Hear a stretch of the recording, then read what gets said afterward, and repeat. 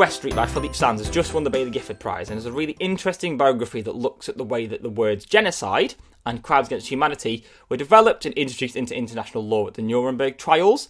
It's the biography of the two guys that basically invented those words, and basically how they went through their lives through World War One, World War Two, after the Second World War. It's a really interesting following them, and it's really interesting character-driven history that I've not seen before. It's also a really interesting way of looking at legal history, which I've never really covered, but I think it makes it quite interesting and palatable without being too dense.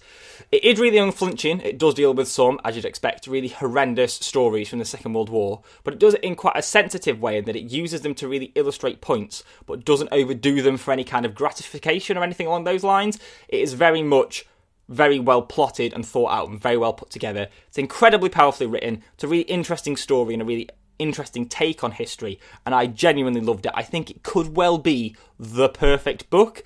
Definitely the nearest I've read in an incredibly long time, and I think it really deserves everything it's got. I gave this a 10 out of 10.